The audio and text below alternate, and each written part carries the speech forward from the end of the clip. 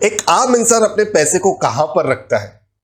Bank account में, post office में, PPF account में, लाइफ इंश्योरेंस खरीदता है। और इन सब में आज के डेट में अगर मैं बात करूं तो 80,000 करोड़ रुपए से ज्यादा का जो अमाउंट है वो अनक्लेम्ड पड़ा हुआ है। अब इसी वजह से हमें एफआईआर करना है। दोस्तों, ये वीडियो बेहद ही सीरियस वीडियो है। इस वीडियो को आप पूरा ध्यान से जरूर देखिएगा। इसी वीडियो में मैं आपको बताऊंगा कि कैसे आपको एफआईआर करनी है, क्या वो तरीका है। और जब आप अपना कीमती समय इस वीडियो को दोगे, अंत में आपको पता चलेगा कि इस वीडियो की इंफॉर्मेशन से आपको कुछ न कुछ वैल्यू जरूर प्रोवाइड हुई है। शुरू करते हैं इस इंपॉर्टेंट वीडियो को। आइए मिलकर सीखते हैं। इस वीडियो को क्रिएट करने के पीछे एक इंसिडेंट जुड़ा हुआ है। करीबन 3 हफ्ते पहले मुझे एक महिला कॉल करती है। 57 या 58 वर्ष की उनकी उम्र रही है मेरे ख्याल से, जहां पर उनके पति का निधन हो गया और अब उन्हें यह नहीं पता है कि उनके हस्बैंड ने यानी कि उनके पति ने कौन से कंपनी से लाइफ इंश्योरेंस करा रखा था। अब हो सकता है काफी लोगों को ये एक छोटी प्रॉब्लम लग रही है, लेकिन यहां पर उनके लिए ये काफी गंभीर प्रॉब्लम थी, काफी सीरियस प्रॉब्लम थी। उन्होंने मुझसे कॉल कर बात करी और कहा कि आपकी बहुत पहचान होगी आईआरडीए में, आप ये इंफॉर्मेशन मुझे निकलवा के दें। तो अब इतनी पहचान मेरी भी नहीं है दोस्तों कि एक व्यक्ति के रिकॉर्ड्स में पूरी आईआरडीए को जाकर कहूँ कि ढूंढ कर निकाले। लेकिन इसका सॉल्यूशन मैंने उन्हें ये दिया कि वो अपने हस्बैंड के जो भी बैंक अकाउंट्स हैं, जो भी एक्टिव खाते हैं, उनके पासबुक को या तो बैंक स्टेटमेंट्स को एक बार चेक करें, देखें कि कहाँ से कोई अमाउंट किसी इंश्योरेंस कंपनी को डिडक्ट हुआ है क्या। अगर वो एंट्री उनको प्राप्त हो जाती है तो उन्हें ये पता चल जाएगा कि यहाँ से ये लाइफ इंश्योरेंस खरीदा गया था, इस कंपनी का इंश्योरेंस उनके पति ने लिया हुआ था। और वही हुआ जब उन्होंने अपने हस्बैंड के बैंक अकाउंट्स चेक करे तो स्टेटमेंट के माध्यम से उन्होंने ये इजीली फिगर आउट कर लिया कि कौन सी कंपनी के साथ उनके हस्बैंड का इंश्योरेंस था, और उसके बाद वो क्लेम के प्रोसेस के लिए प्रोसीड कर गई। लेकिन अभी यहाँ पर इस चीज़ से हमें क्या सीखने के लिए मिला? इनफैक्ट ये एक चीज़ नहीं है जो मैंने पहली चीज़ आपसे कही कि 80,000 करोड़ से ज़्यादा का अमाउंट पड़ा हुआ है और हम सब मिलकर उसे रोक सकते हैं, उसे कम कर सकते हैं। और ऐसे इंसिडेंट्स जहाँ पर एक जो मेन फैमिली का पर्सन है उसके जाने के बाद लोगों को पता ही नहीं चलता है, उनके नॉमिनी को, उनके फैमिली मेम्बर्स को, कि उनके क्या इन्वेस्टमेंट्स थे, क्या असेट्स थी या क्या लाइबिलिटीज़ थी। इस प्रॉब्लम का सॉल्यूशन मैं आपको पहले बताता हूँ और उसके बाद मैं आपको बताऊंगा कि एफआईआर कैसे करनी है। तो यहां पर आप स्क्रीन पर देख पा रहे हो अब, तो ये एक उदाहरण है और ये चीज आपको जरूर सीखनी है, उसके बाद ही आप एफआईआर कर पाओगे इनफैक्ट। तो ये आप देख पा रहे हो हेडर में जैसे लिखा हुआ है इन्वेस्टमेंट्स, यानी कि आपने कहां कहां पर इन्वेस्टमेंट कर रखी है। अब एक उदाहरण के रूप में हम देखें तो यहाँ पर डीमैट अकाउंट 1 2 3 मैंने डाला हुआ है। हो सकता है किसी के पास उससे ज्यादा भी डीमैट अकाउंट हो सकता है उससे कम भी हो। और उसमें क्लाइंट आईडी, यूजर आईडी क्या है, पासवर्ड क्या है, रजिस्टर्ड मोबाइल नंबर कौन सा है, टाइप क्या है, मतलब वहां पर ज्यादातर जो इन्वेस्टमेंट की गई है वो कौन से इंस्ट्रूमेंट में की गई है, यानी कि इक्विटी में की गई है कि म्यूचुअल फंड में की गई है, ईटीएफ्स में की गई है, किस पर्टिकुलर प्रोडक्ट में वो की गई है। तो वो टाइप लिखना भी बेहद ज़्यादा ज़रूरी है। और उसकी आज की वैल्यू क्या है। अब जब मैं कह रहा हूँ आज की वैल्यू, मैंने जस्ट ये एक उस डेट को पकड़ा है जब मैंने इस वीडियो को रिकॉर्ड किया है, लेकिन आपको कौन सी डेट लेनी है वो मैं आपको बताऊंगा आगे। उसकी मैच्योरिटी डेट क्या है। अब इक्विटीज के केस में मैच्योरिटी डेट नहीं होती है, लेकिन ये हेडर काफ़ी काम का है, वो मैं आपको आगे बताऊंगा। कस्टमर केयर नंबर क्या है, क्योंकि यहाँ पर हो सकता है कि कस्टमर केयर पर कांटेक्ट करने की आवश्यकता पड़े जब भी वो इंसान दुनिया में नहीं है जिसने ये क्रिएट किया है, तो वो नंबर डालना भी बेहद ज़्यादा ज़रूरी होता है। और अगर कोई पॉइंट ऑफ कांटेक्ट है, कहीं पर कोई रिलेशनशिप मैनेजर है या आपका कोई अपना इंडिविजुअल इन्वेस्टमेंट एडवाइज़र है, तो उनका कांटेक्ट डिटेल्स आप डाल सकते हो, जिनको इन चीज़ों की जानकारी हो, जिनको आपके ट्रांजेक्शन्स की जानकारी हो। उसी तरह ऐसे मैंने 3 रखे हुए हैं और जैसे मैंने कहा ये घटाए या बढ़ाए जा सकते हैं, इसे पर्सनलाइज किया जा सकता है और वो आगे मैं आपको बताऊंगा, इसमें इंपॉर्टेंट बातें भी हैं कुछ। उसी तरह बैंक अकाउंट की बैंक 1 2 3 4 मैंने डाला हुआ है। किसी के पास इससे ज़्यादा अकाउंट्स हो सकते हैं, कोई बिजनेस कर रहा है तो करंट अकाउंट्स भी हो सकते हैं। और यहाँ पर रजिस्टर्ड मोबाइल नंबर, और वहाँ हम किस प्रकार का इन्वेस्टमेंट करते हैं, क्या सिर्फ सेविंग में पैसे रखते हैं या फिक्स डिपॉजिट कराते हैं या रिकरिंग डिपॉजिट कराते हैं या उस बैंक के साथ हमारा पीपीएफ अकाउंट भी लिंक्ड है, वो सारी चीज़ें और उनकी वैल्यू क्या रही है। उसी तरह पोस्ट ऑफिस बहुत ज़्यादा इंपॉर्टेंट है, क्योंकि पोस्ट ऑफिस की ट्रांजैक्शंस बहुत लोग भूल जाते हैं और ये सच में होता है, मेरे पास काफ़ी केसेस आते हैं ऐसे। तो उसमें भी आप ये डिटेल्स डाल सकते हो कि नेशनल सेविंग सर्टिफिकेट हो गया, किसान विकास पत्र हो गया। बहुत अच्छे प्रोडक्ट्स हैं ये, आज भी मैं कहूँगा जिनको सिर्फ शेयर मार्केट का चस्का है उनको नहीं समझ में आएंगे, ब्याज दरें काफ़ी कम होती है, लेकिन सेफ्टी और सिक्योरिटी के मामले में बहुत ही बढ़िया प्रोडक्ट्स हैं ये। ठीक है, खैर इनका अपना अपना फिर एक पर्पस भी है, जैसे कि नेशनल सेविंग सर्टिफिकेट में 1.5 लाख रुपए की एटीसी में भी इन्वेस्टमेंट्स कर सकते हैं। मैं बेचता नहीं हूँ पोस्ट ऑफिस के प्रोडक्ट्स, मैं एक फाइनेंशियल कोच हूँ, आपको कोचिंग के प्रोस्पेक्टिव से ये चीज़ें बता रहा हूँ। तो उसमें क्या वैल्यू है वो भी आप यहाँ पर डाल सकते हो, और एनी अदर का मैंने यहाँ पर टैब लिखा हुआ है और नीचे यहाँ पर जस्ट मैंने एक टोटल डाली हुई है कि उसकी टोटल आज की वैल्यू कितनी है।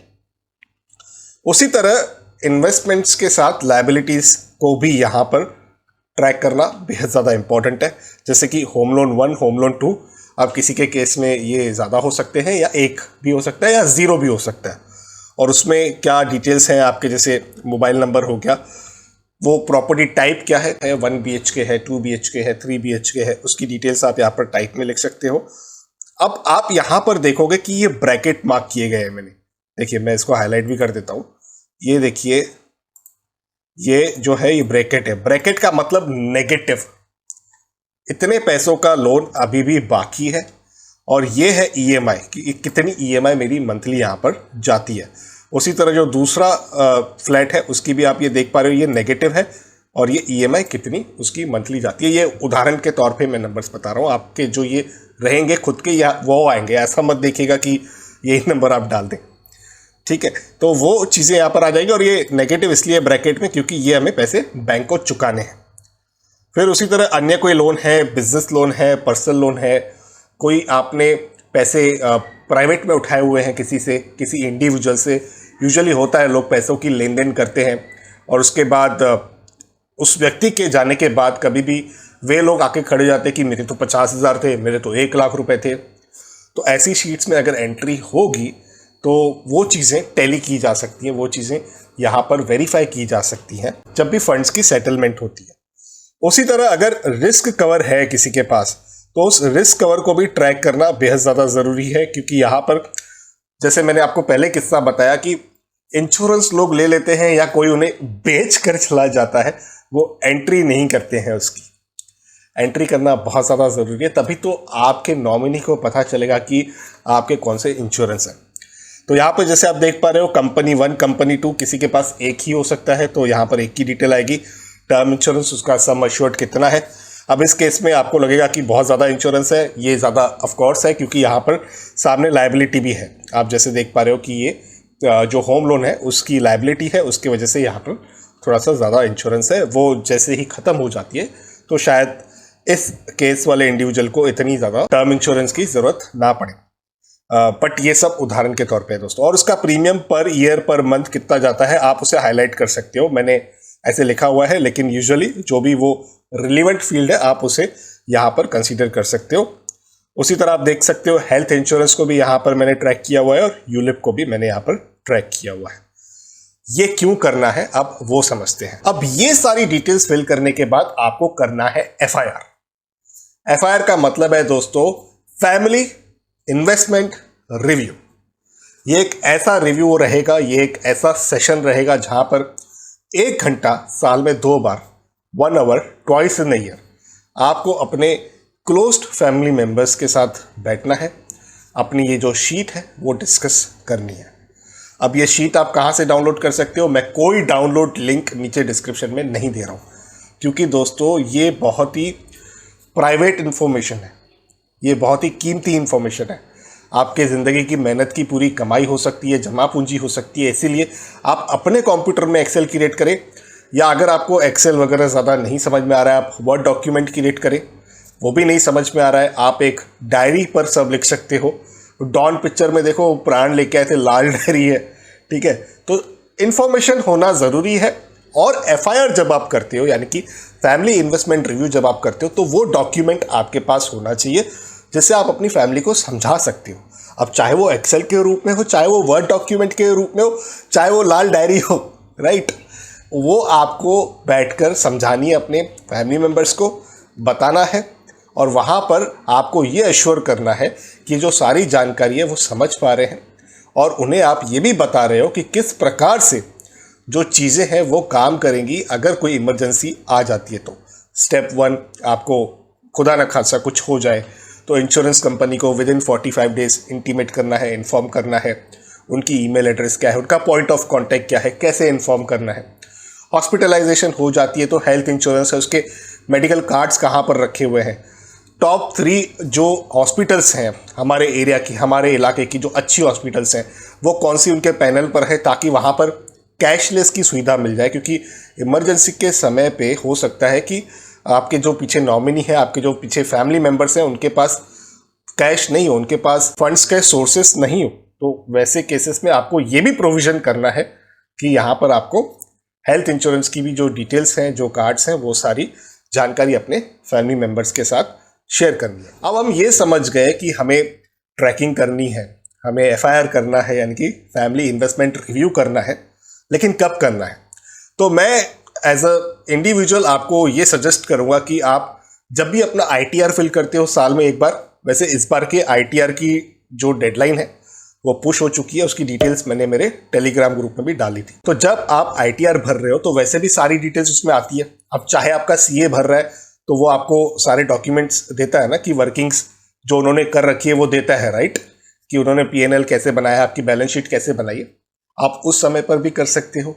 और उसी के साथ आप हर फाइनेंशियल ईयर के स्टार्ट में, यानी कि अप्रैल का जो महीना होता है, उसमें भी कर सकते हो। तो होगा क्या कि उस समय पर अगर आपको इनकम टैक्स बचाने के लिए आपको एटीसी वगैरह में इन्वेस्टमेंट करनी है तो वो भी आप सब कर सकते हो उसी मंथ में, जिससे आपको इंटरेस्ट के कंपाउंडिंग का भी बेनिफिट मिल जाता है। रादर जनवरी में जाके करना है या मार्च में जाके करना है, उससे अच्छा आप अप्रैल में ही कर दो, स्टार्ट ऑफ द ईयर में, तो वो ज़्यादा बेनिफिशियल होता है।